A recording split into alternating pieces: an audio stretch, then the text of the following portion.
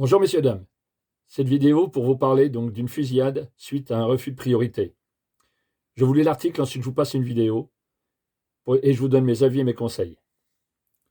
Tremblay en France, des hommes masqués tirent à 23 reprises à la Kalachnikov sur les maisons d'une famille après un simple refus de priorité, un peu plus tôt dans la journée. C'est au départ un simple refus de priorité qui se serait transformé en fusillade contre les maisons d'une famille. L'histoire est terrifiante. À la suite d'une altercation routière samedi après-midi avec un homme mari d'une élue locale, se déroule à Tremblay en France après un refus de priorité. Les hommes dans la voiture d'en face ont suivi le père de famille jusqu'à leur domicile de Tremblay en France. Un face-à-face a eu lieu et les suspects ont été repoussés par le mari et son fils. Vers 19h, nouvelle étape, et cette fois une dizaine d'individus en cagoule et reviennent sur place, munis d'un marteau et d'une bouteille d'hydrocarbures. Ils ont de nouveau pris la fuite face aux victimes.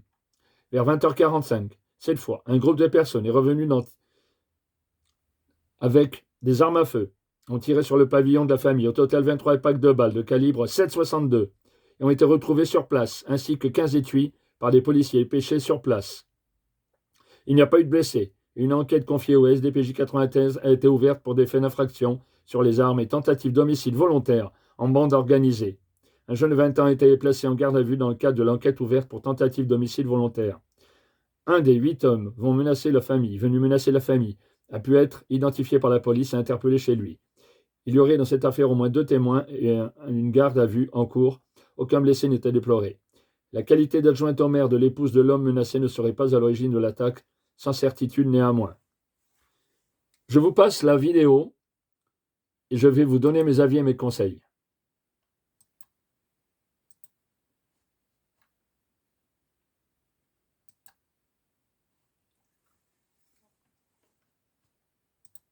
Pal et son fils ont une âge est impressionnante. Une façade criblée d'impacts de balles, une vingtaine au total. Tout a commencé samedi après-midi. Vers 15h30, un homme, mari d'une conseillère municipale, et son fils ont une altercation sur la route après un refus de priorité. Mais la tension ne s'arrête pas là. Les passagers du véhicule décident de les suivre jusqu'à leur domicile, un pavillon situé à Tremblay en France.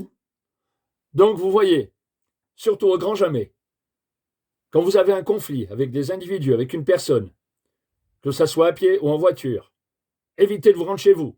Vous risquez d'être suivi. Soyez prudent. Si vous êtes à pied, retournez-vous. Attention d'éviter les zones sombres. N'allez pas vers votre domicile. Allez plutôt vers des zones habitées où il y a beaucoup de population et vers surtout un commissariat ou une gendarmerie afin de vous protéger, de vous mettre en sécurité. Vers une gendarmerie.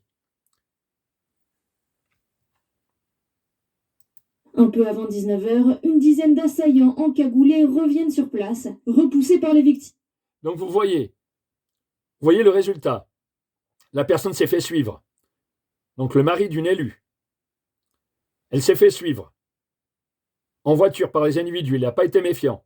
Donc regardez bien les rétroviseurs. Si vous êtes suivi, je vous dis, promenez les individus ou la voiture qui vous suit. Ne rentrez pas directement chez vous. Et le mieux, c'est je vous le redis, d'aller vers une gendarmerie la plus proche ou un commissariat de police le plus proche, afin de vous sécuriser, vous et votre famille, si vous avez des personnes à bord du véhicule, et si vous êtes à pied également. Essayez de vous diriger donc là où il y a de la population, afin de vous sécuriser, ou vers la gendarmerie la plus proche. Bien sûr, courez, fuyez. Si une personne est irascible, en colère, sérieusement agressive, ne restez pas en face d'elle. Fuyez. Et surtout, si vous êtes en voiture suite à un constat suite à un accident matériel, sur un conflit comme là, une infraction routière, que la personne n'est pas contente, surtout ne descendez pas de votre véhicule. Soyez prudent. Si vous voyez que la personne est en colère, est violente, et descend de son véhicule, commence à frapper sur votre véhicule ou autre, donnez des coups de pied sur votre voiture, fuyez, allez vers le commissariat ou la gendarmerie le plus proche. Je continue la vidéo. Ils sont de retour 2 heures plus tard. Cette fois, des coups de feu éclatent. Alertés, les voisins préviennent immédiatement la police. Au lendemain de cette scène de grande violence, les habitants du quartier sont toujours sous le choc. Le problème, c'est que on se rend compte qu'il y a... Donc vous voyez, suite à un refus de priorité, vous voyez là on a affaire à des individus complètement fous, certainement sur fond de narcotrafiquants puisqu'ils sont armés, ils sont extrêmement violents. Donc je vous le redis, si vous avez des gens en face de vous suite à un accident de voiture, suite à un conflit sur une infraction routière qu'ils vous en veulent, allez vers la gendarmerie la plus proche. Et n'oubliez pas, surtout, de déposer une main courante pour vous protéger, qu'une personne, bien sûr, mal intentionnée, vienne ensuite, si vous n'êtes pas déposé une main courante, si vous n'êtes pas allé voir les gendarmes ou les policiers, qu'elle puisse pas, justement, déposer une plainte contre vous pour délit de fuite. Faites attention à cette conjecture.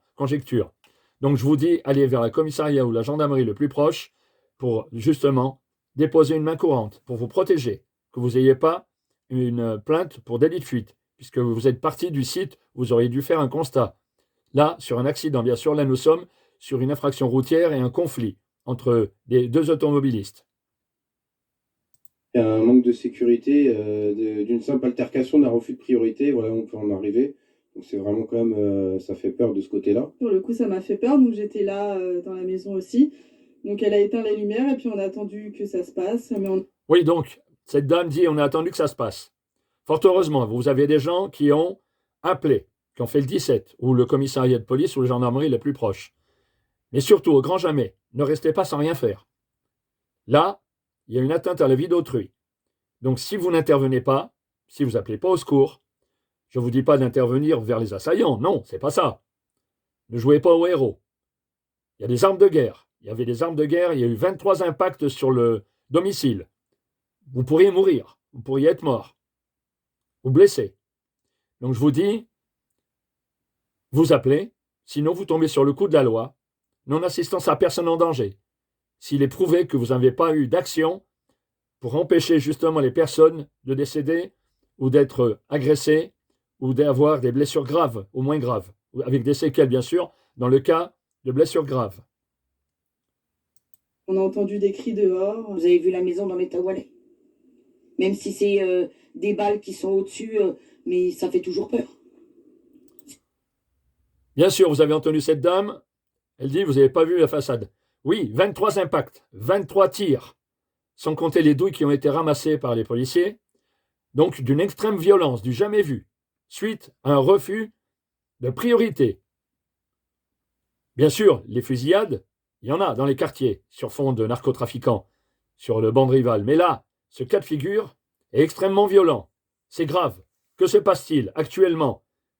Ces jeunes, ces adolescents, voire quelquefois même des jeunes de 18 à 25 ans. Quelle est cette violence? Nos politiques, bien sûr, réagissent, commencent à émettre des avis pour justement renforcer les lois ou adapter les lois, justement durcir les lois pour ce genre d'activité. Je suis ex-fonctionnaire de police, donc je connais bien les règlements. Vous avez donc pour tentative de meurtre et tout ça, bien sûr, la perpétuité. Vous avez les 20 ans de réclusion criminelle.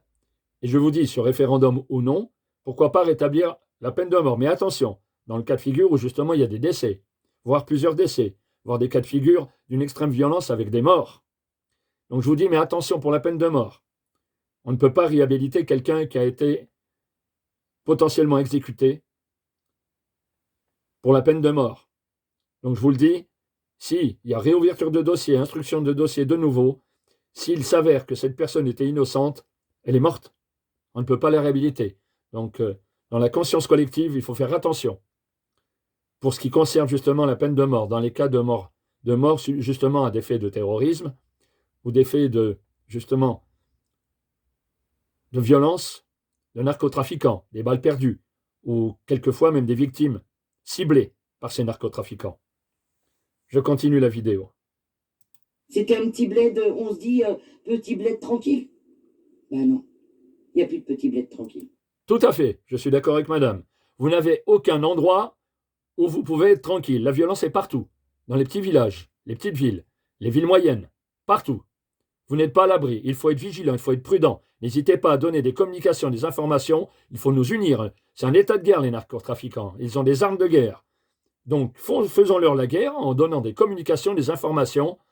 Quand vous avez un doute, une suspicion sur une situation ou des individus qui commettent des actes délictueux ou criminels sur notre territoire, n'hésitez pas à donner des informations, de la communication envers les forces de police.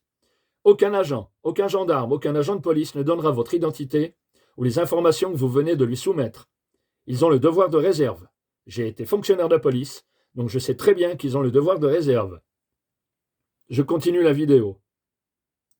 Les premières investigations ont permis de procéder rapidement à l'interpellation d'un individu placé en garde à vue dans... Oui, d'après ce que j'ai pu savoir, il y a un individu qui était avec son véhicule. Donc, bien sûr, l'identification n'a pas été difficile pour les forces de police.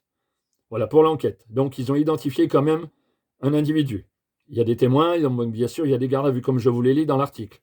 Donc, je pense que les individus vont être interpellés. Et je dis tant mieux. J'espère qu'ils vont être interpellés. Et qu'ils vont justement avoir les sanctions à la mesure de leurs actes. Inadmissibles. D'une extrême violence. Dans la foulée, l'enquête a été confiée à la sous-direction de la police judiciaire de Seine-Saint-Denis. À ce stade, aucun lien n'est établi entre cette attaque et la fonction d'élu de la victime. Oui, donc on ne peut pas dire. Oui, il y a une incertitude.